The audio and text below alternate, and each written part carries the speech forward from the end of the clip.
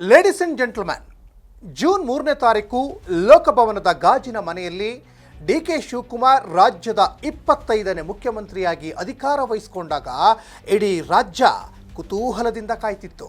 ಇಂದಿಗೆ ಸರಿಯಾಗಿ 30 ದಿನಗಳು ಕಳೆದಿವೆ. ಈ ಕೇವಲ ಒಂದು ತಿಂಗಳಲ್ಲಿ ಸಿಎಂ ಡಿ.ಕೆ. ಶಿವಕುಮಾರ್ ಆಫೀಸ್ನಿಂದ ಹೊರಬಿದ್ದಿರೋದು ಒಂದಲ್ಲ ಎರಡಲ್ಲ, ಬರೋಬ್ಬರಿ 50ಕ್ಕೂ ಹೆಚ್ಚು ಬಿರುಗಾಳಿಯಂತಹ ಮಹತ್ವದ ನಿರ್ಧಾರಗಳು. ಏನು ಆ ಮಹತ್ವದ ನಿರ್ಧಾರಗಳು ಹಾಗಾದರೆ? ರಾಜ್ಯ ರಾಜಧಾನಿ ಬೆಂಗಳೂರಿನ ರಸ್ತೆಗಳಿಂದ ಹಿಡಿದು ದಿಲ್ಲಿಯ ಹೈಕಮಾಂಡ್ ಕಾರಿಡಾರ್ವರೆಗೆ ಸಿಎಂ ಡಿ.ಕೆ. ಶಿವಕುಮಾರ್ ಆಡಳಿತದ ಅಬ್ಬರ ಹೇಗಿದೆ? ಕೇವಲ 6 ನಿಮಿಷದಲ್ಲಿ ಕಂಪ್ಲೀಟ್ ರಿಪೋರ್ಟ್ ಕಾರ್ಡ್ ನಿಮ್ಮ ಮುಂದೆ ಇಡ್ತೀನಿ. ಎಸ್ ವೀಕ್ಷಕರೇ, ನೆಲ ಜಲ ಭಾಷೆಗಾಗಿ ಪ್ರಾಮಾಣಿಕ ಪತ್ರಿಕೋದ್ಯಮ, ನೀವು ನೋಡ್ತಾ ಇದ್ದೀರಾ ಫೋಕಸ್ ಟಿವಿ. ನಾನು ಸಚಿನ್ ಹೆಮ್ಮಕ್ಕಿ.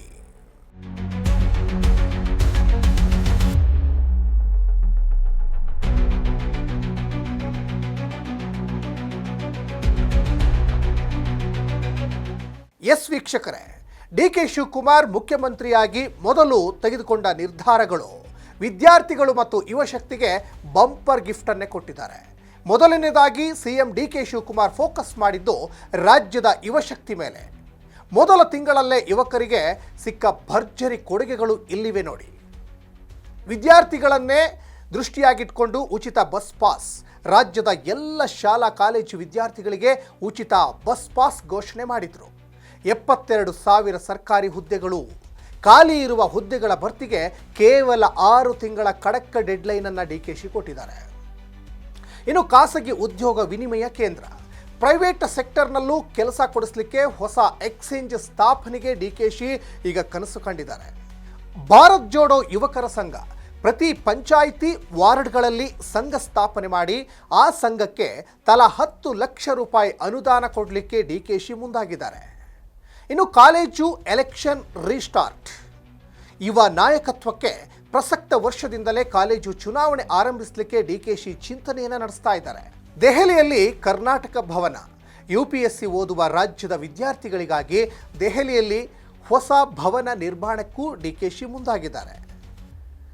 ಸಿಲಿಕಾನ್ ಸಿಟಿ ಮತ್ತು ಮೂಲಸೌಕರ್ಯ ಬದಲಾವಣೆ, ಸಿಲಿಕಾನ್ ಸಿಟಿ ಬೆಂಗಳೂರು ನಗರಾಭಿವೃದ್ಧಿ ಸಚಿವರಾಗಿದ್ದ ಡಿ.ಕೆ. ಶಿವಕುಮಾರ್ ಈಗ ಸಿಎಂ ಆಗಿ ಬೆಂಗಳೂರಿನ ಮುಖಪುಟವನ್ನೇ ಬದಲಾಯಿಸಲಿಕ್ಕೆ ಮೆಗಾ ಪ್ಲಾನ್ ರೆಡಿ ಮಾಡಿದ್ದಾರೆ. ಗುಂಡಿ ಮುಕ್ತ ಸಿಟಿಗೆ 2,000 ಕೋಟಿ ರೂಪಾಯಿ. ಸಿಲಿಕಾನ್ ಸಿಟಿ ಬೆಂಗಳೂರಿನ ರಸ್ತೆಗಳ ರಿಪೇರಿಗೆ ಬೃಹತ್ ಮೊತ್ತದ ಯೋಜನೆಯನ್ನು ಡಿ.ಕೆ.ಶಿ ಕೈಗೊಂಡಿದ್ದಾರೆ. ಹೆಬ್ಬಾಳ ಸುರಂಗ ರಸ್ತೆ, ಟ್ರಾಫಿಕ್ ಮುಕ್ತ ಬೆಂಗಳೂರಿಗಾಗಿ ಸಣ್ಣ ಸುರಂಗ ರಸ್ತೆಗೆ ಶಂಕುಸ್ಥಾಪನೆ ಕೂಡ ನೆರವೇರಿಸಿದರು.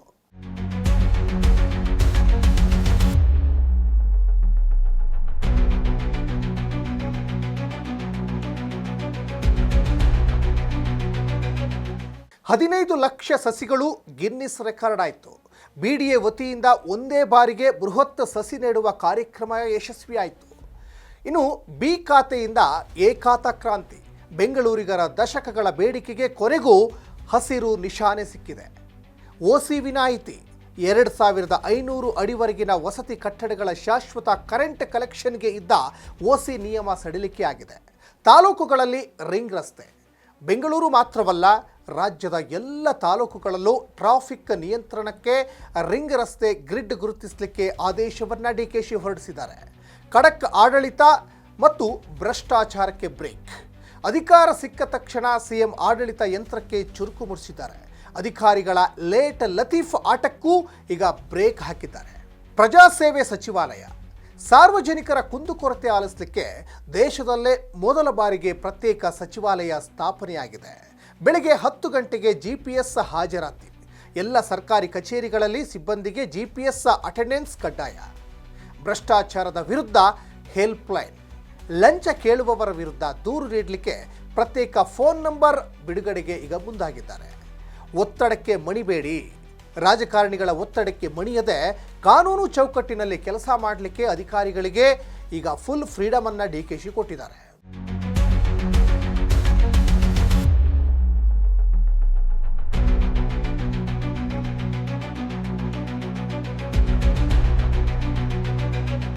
ಗ್ಯಾರಂಟಿ ಕಟ್ಟುನಿಟ್ಟು, ಪಂಚ ಗ್ಯಾರಂಟಿಗಳು ಕೇವಲ ಕರ್ನಾಟಕದವರಿಗೆ ಮಾತ್ರ ಸಿಗುವಂತೆ ಪಂಚಾಯಿತಿ ಮಟ್ಟದಲ್ಲಿ ಗ್ಯಾರಂಟಿ ಸಮಿತಿ ರಚನೆಯಾಗಿದೆ.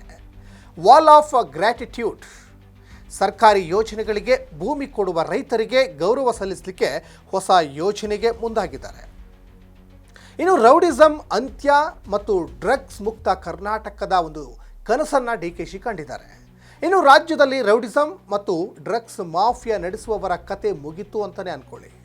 ಸಿಎಂ ಡಿಕೆ ಶಿವಕುಮಾರ್ ಈ ಬಗ್ಗೆ ಅತ್ಯಂತ ಕಠಿಣ ನಿರ್ಧಾರ ಕೈಗೊಂಡಿದ್ದಾರೆ. ಜಿಲ್ಲೆಗೊಂದು ವಿಶೇಷ ಪಡೆ.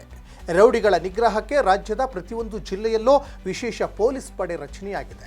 2028ಕ್ಕೆ ನಶೆ ಮುಕ್ತ ಕರ್ನಾಟಕದ ಕನಸನ್ನು ಡಿಕೆಶಿ ಕಂಡಿದ್ದಾರೆ. ಮುಂದಿನ 2 ವರ್ಷಗಳಲ್ಲಿ ರಾಜ್ಯವನ್ನು ಸಂಪೂರ್ಣ ಡ್ರಗ್ಸ್ ಮುಕ್ತ ಮಾಡುವ ಗುರಿಯನ್ನು ಹೊಂದಿದ್ದಾರೆ. ಸುಳಿವು ಕೊಟ್ಟರೆ ಬಹುಮಾನ. ಡ್ರಗ್ಸ್ ಜಾಲದ ಬಗ್ಗೆ ಮಾಹಿತಿ ನೀಡುವ ಸಾರ್ವಜನಿಕರಿಗೆ ವಿಶೇಷ ನಗದು ಬಹುಮಾನ ಘೋಷಣೆ ಮಾಡಿದ್ದಾರೆ. ಗುಟ್ಕಾ ಪಾನ್ ಮಸಾಲ ನಿಷೇಧದ ಬಗ್ಗೆ ಇತ್ತೀಚೆಗೆ ಡಿಕೆ ಶಿವಕುಮಾರ್ ಮಾತನಾಡಿದರು. ಅಮಲು ಬರೆಸುವ ಪದಾರ್ಥಗಳನ್ನು ರಾಜ್ಯದಲ್ಲಿ ಬ್ಯಾನ್ ಮಾಡಲಿಕ್ಕೆ ಕಠಿಣ ಎಚ್ಚರಿಕೆ ಕೂಡ ಕೊಟ್ಟಿದ್ದಾರೆ. ಇನ್ನು ಮೀಟರ್ ಬಡ್ಡಿಗೆ ಬ್ರೇಕ್. ಬಡವರ ರಕ್ತ ಹೀರುವ ಮೀಟರ್ ಬಡ್ಡಿ ದಂಧೆಕೋರರ ವಿರುದ್ಧ ಕಠಿಣ ಕ್ರಮಕ್ಕೆ ಆದೇಶ ಹೊರಡಿಸಿದ್ದಾರೆ. ದೆಹಲಿ ಮಟ್ಟದ ರಾಜತಾಂತ್ರಿಕತೆ ಮತ್ತು ರೈತರ ರಕ್ಷಣೆ. ಕೇವಲ ಕರ್ನಾಟಕ ಅಷ್ಟೇ ಅಲ್ಲ, ದೆಹಲಿ ಮಟ್ಟದಲ್ಲೂ ಸಿಎಂ ಡಿಕೆ ಶಿವಕುಮಾರ್ ಅಬ್ಬರಿಸಿದ್ದಾರೆ. ದೆಹಲಿಯಲ್ಲಿ ಮಹಾಸಭೆ. ಪ್ರಧಾನಿ ನರೇಂದ್ರ ಮೋದಿ, ಕೇಂದ್ರ ಗೃಹ ಸಚಿವ ಅಮಿತ್ ಶಾ, ಹಣಕಾಸು ಸಚಿವೆ ನಿರ್ಮಲಾ ಸೀತಾರಾಮನ್ ಅವರನ್ನು ಭೇಟಿ ಮಾಡಿ ಮೆಟ್ರೋ, RRTS ರೈಲು ಹಾಗೂ ನೀರಾವರಿ ಯೋಜನೆಗಳಿಗೆ ವಿಶೇಷ ಅನುದಾನದ ಚರ್ಚೆಯನ್ನು ಮಾಡಿದ್ದಾರೆ. ಮೇಕೆದಾಟು ಯೋಜನೆಗೆ ವೇಗ. ಮಣ್ಣು ಪರೀಕ್ಷೆಯನ್ನು ಮುಗಿಸಿ ಈಗ ಕೇಂದ್ರ ವನ್ಯಜೀವಿ ಮಂಡಳಿಗೆ ಶಿಫಾರಸು ರವಾನೆಯಾಗಿದೆ.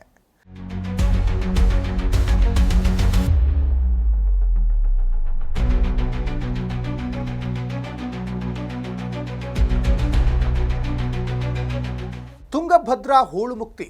ಆಂಧ್ರ ಸಿಎಂ ಚಂದ್ರಬಾಬು ನಾಯ್ಡು ಹಾಗೂ ತೆಲಂಗಾಣ ಸಿಎಂ ರೇವಂತ್ ರೆಡ್ಡಿ ಅವರನ್ನು ಒಟ್ಟಿಗೆ ಕೂರಿಸಿ ಕೇಂದ್ರದ ಸಮ್ಮುಖದಲ್ಲಿ ಒಮ್ಮತದ ಇತಿಹಾಸ ಪ್ರಸಿದ್ಧ ತೀರ್ಮಾನಕ್ಕೆ ಡಿಕೆಶಿ ಮುಂದಾಗಿದ್ದಾರೆ. ರೈತರಿಗೆ ಸಕಾಲಿಕ ನೆರವು, ಬಿತ್ತನೆ ಬೀಜ, ಗೊಬ್ಬರ ಪೂರೈಕೆಗೆ ಆದೇಶ, ಮಾವು ಬೆಳೆಗಾರರಿಗೆ ಪ್ರೋತ್ಸಾಹ ಧನ ಮುಂದುವರಿಕೆ, ಹಾಸನದ ನೊಂದ ರೈತರಿಗೆ ನ್ಯಾಯೋಚಿತ ಪರಿಹಾರದ ಭರವಸೆ ಡಿಕೆಶಿ ಕೊಟ್ಟಿದ್ದಾರೆ. ಸರ್ಕಾರಿ ಭೂಮಿ ವಾಪಸ್. ಉದ್ಯಮದ ಹೆಸರಲ್ಲಿ ಜಾಗ ಪಡೆದು ವರ್ಷಗಳ ಕಾಲ ಕೆಲಸ ಆರಂಭಿಸದೇ ಇದ್ದರೆ ಆ ಭೂಮಿಯನ್ನು ಮುಟ್ಟುಗೋಲು ಹಾಕ್ಕೊಳ್ಳಿಕ್ಕೆ ಡಿಕೆಶಿ ಖಡಕ್ ಸೂಚನೆ ಕೊಟ್ಟಿದ್ದಾರೆ. ಇವುಗಳ ಜೊತೆಗೆ ಪುಸ್ತಕ ಪ್ರೇಮಿ ಅಂಕೇಗೌಡರಿಗೆ 5 ಕೋಟಿ ರೂಪಾಯಿ ನೆರವು ಹಾಗೂ 2 ಎಕರೆ ಜಾಗವನ್ನು ಕೊಡಲಿಕ್ಕೂ ಮುಂದಾಗಿದ್ದಾರೆ. ಬಂಡೀಪುರ ಸಫಾರಿ ಪುನರಾರಂಭ, ಸುಪ್ರೀಂ ಕೋರ್ಟ್ನಲ್ಲಿ ವಕೀಲರ ತಂಡದ ಬಲವರ್ಧನೆ, ಹೀಗೆ 10 ಹಲವು ಕ್ರಾಂತಿಕಾರಕ ನಿರ್ಧಾರಗಳನ್ನು ಸಿಎಂ ಡಿಕೆ ಶಿವಕುಮಾರ್ ಕೇವಲ 30 ದಿನಗಳಲ್ಲಿ ತೆಗೆದುಕೊಂಡಿದ್ದಾರೆ.